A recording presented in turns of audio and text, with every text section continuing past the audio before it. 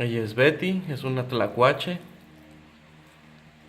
y le encanta comer carne de res y jitomate. También algunas que otras frutas. Es un animal omnívoro y muy dócil y tranquila. Pero su aspecto es como el de un ratón. Aún así, es muy tranquila y no le cuesta trabajo adaptarse a la alimentación.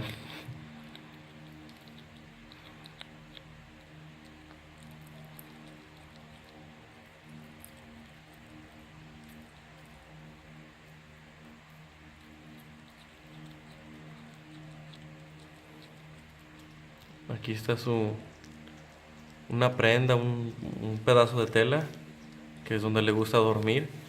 Se mete debajo de la prenda y se abriga y hasta pasada la tarde oscureciendo, sale a merodear en su jaulita. Ya que sea más grande, se va a poner en libertad.